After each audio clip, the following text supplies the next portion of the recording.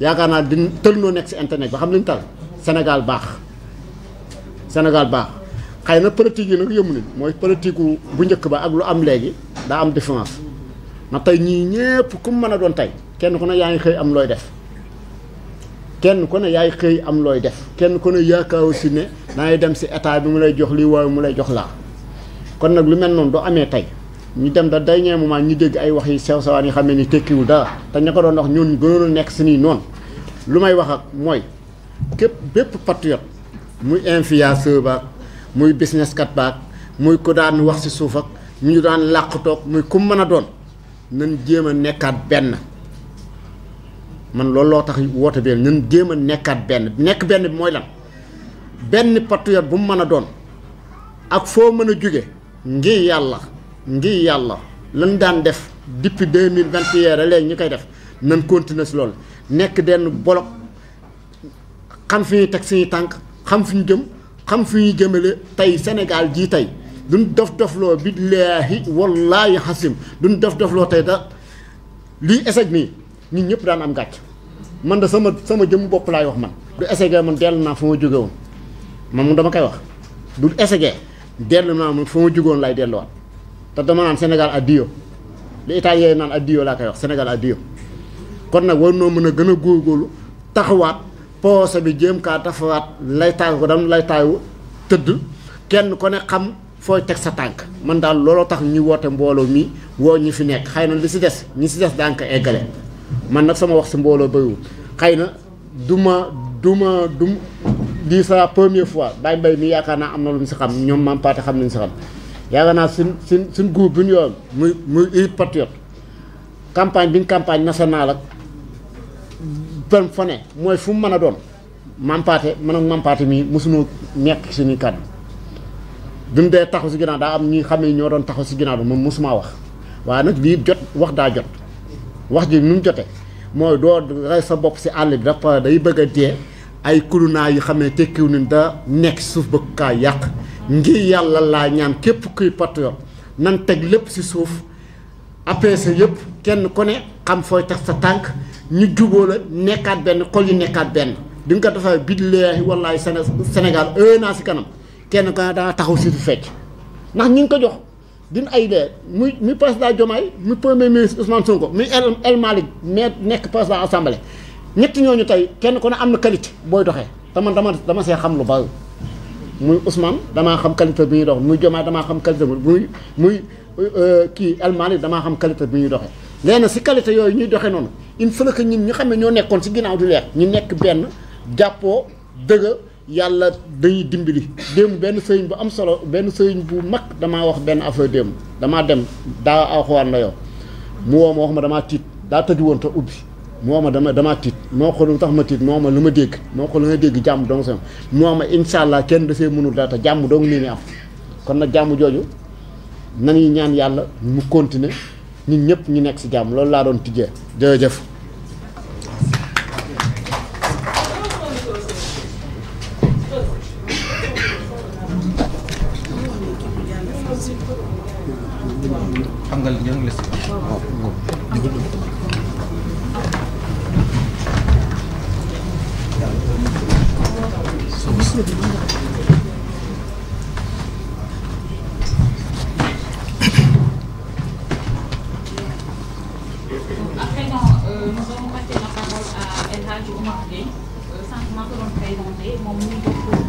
secrétariat exécutif bu Mouka aussi bokk cellule communale bu Pastef Louga donc El Hadji Oumar, vous avez la parole.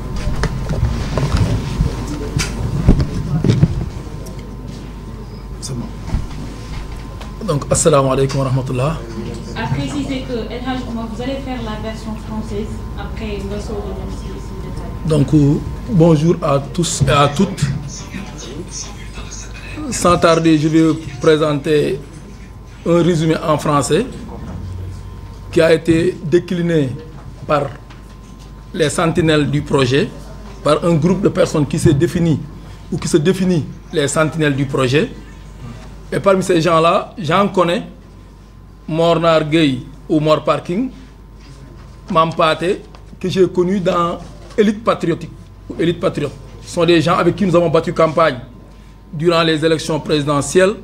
ensuite durant les élections législatives. Donc eux, ils nous ont trouvés sur le terrain et avec eux aussi à Dakar, on a eu à faire quelques activités. Donc sans tarder, les sentinelles du projet voudraient, ici présents, parler de la situation nationale. Mais en tout cas, eux, ils ont dit, ils persistent, que tous les patriotes doivent s'unir aujourd'hui autour de l'essentiel. Et pour eux, l'essentiel reste toujours de servir le peuple et de préserver ce projet commun. Ce thème sera décliné en plusieurs points, 5. Premier point, eux, ils disent qu'ils sont là pour clarifier, je répète, et non pour diviser. Et cette clarification ne se fera que dans la vérité, la loyauté et la responsabilité. Deuxième point, les sentinelles du projet voudraient faire savoir à toutes et à tous que le projet reste plus fort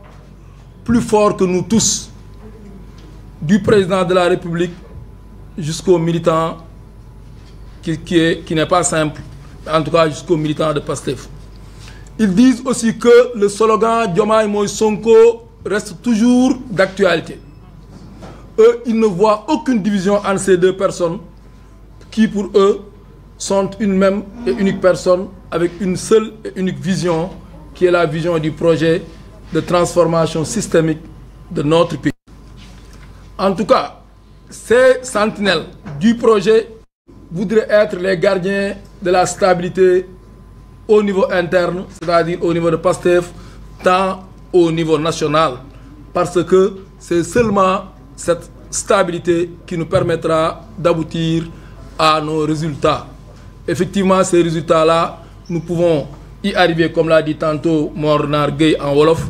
et nous sommes prêts à arriver pour ces résultats. En tout cas, pour terminer, les sentinelles du projet voudraient vous faire savoir à toute la nation sénégalaise que les vraies batailles sont devant nous et ne doivent pas être entre les patriotes. C'est ce qu'ils m'avaient demandé de dire en français et j'espère que le peuple sénégalais nous soutiendra dans cette dynamique. Merci. En wolof, je peux dire quelques mots en wolof. Assalamu alaikum wa rahmatullah. Donc, man Aladji Omar Gueye laa tudd, bokk section communale bu Louga, nekk membre du bureau exécutif aussi du MONCAP. Ndaje bi tey Mor Gueye Mame Pathé ñoom ñoo ma ci invité ñoom ma xamante ak ñoom ci projet bi depuis au moins 4 ans lu jiitu loolu ñu xamante woon mu am loo xam ne moom moo nu boole woon ci liggéey bii muy fexe ba réew mi ñu soppi ko jëlee ko ci loxo yam nekkoon ñooñu sax bëgguñu leen tudd indi ko ci loxo yu sell liggéey boobu nag am na jéego yu ñu ci jot a def mooy bi jiitu mooy réew mi jël nañ ko ci loxo yam nekkoon indi ko ci loxo ay patriote léegi nag du ñàkk bëñ ak làmmiñ ñoo dëkk waaye yenn saa yi sax ñu laale waaye en tout cas ñoom lii seen yitte ci lii ñu bokk mooy fexe ba patriote yi nga xam ni ñoom ñoo sumboon projet bi ànd liggéey ci liggéey mucc ayib ba am ci résultat yi nga xamante ne si moom lañ ci doon séentu di wax rek ni fii ñi fi dajaloo ñu ci bari duñ ay haut cadre duñ ay intellectuels yu am bac plus 5 bac plus 6 de mais ay ndaw lañ yoo xamante ne si démb ak bërki démb ci anam yu bari ak yu wuute ñoom ñoo doon nekk ci terrain bi di jàmmaarloo ak jaay doole yi fi nekkoon donc ñooñu tey bu ñu waxee am nañ baat ci projet bi man dama wax ni waaw am nañ ci baat ndax nag lu metti carte électeur benn carte dong la carte Diomaye ak bu Sonko ak bu Mor ak bu Mame Pathé ñoo tolloo ca urne ba bon ñoom ñii bu ñu taxawee ni tey jii projet bi ñoo ko sàmm ba egsi fii ñuy dañuy taxaw nekkaat les sentinelles te ba léegi dara joxaguñ leen ko ci ay patriotes la yoo xamante ni si seen fulla seen fayda seen ngor moo leen fi bàyyi ba léegi pour jeexal li may wax ni seen ngor mooy bàyyi Ousmane Sonko daf leen a woo ci ngor Ousmane Sonko joxul nit ñi xaalis joxul nit ñi dërëm dafa taxaw jëgati loxoom ci digg Sénégal gépp daal ni fukki at ak juróom laa def impôt domaine musuma sàcc ñaar fukki dërëm ku ko xam ñëwal wax Sénégal yi nekk ay gor Ousmane Sonko neen gor du fen gor du sàcc gor du wor ñu ànd ceeg moom ci loolu ngor googu ñu àndoon ak moom démb ak bërki démb ñoom moom la fas yéene àndal ak moom tey te incha allahu rabbi jàpp naa ni patriote yi ak ñi wëpp patriote sax Sénégal yëpp sëriñ daara baykat sàmmkat liggéeykat ñëpp ànd nañ ci loolu ba tax ñu am résultat yi ñu am ma fàttaliwaat rek ni résultat yu jéggi dayoo la yoo xam ba léegi ñu def na analyse bi ci war sax defaguñ ko Abdoulaye Wade 2000 bi muy gagné élection premier tour 30% la am dem deuxième tour doog a am 60 quelque %. Macky Sall bi muy gagné élection premier tour 26% la am ñun premier tour 54% lañ jox le président Diomaye muy résultat historique boo xamante ni si war nañ cee bàyyi xel bu baax a baax te li ko waraloon tamit moo di ni Sénégalais yi gëm nañ projet bi.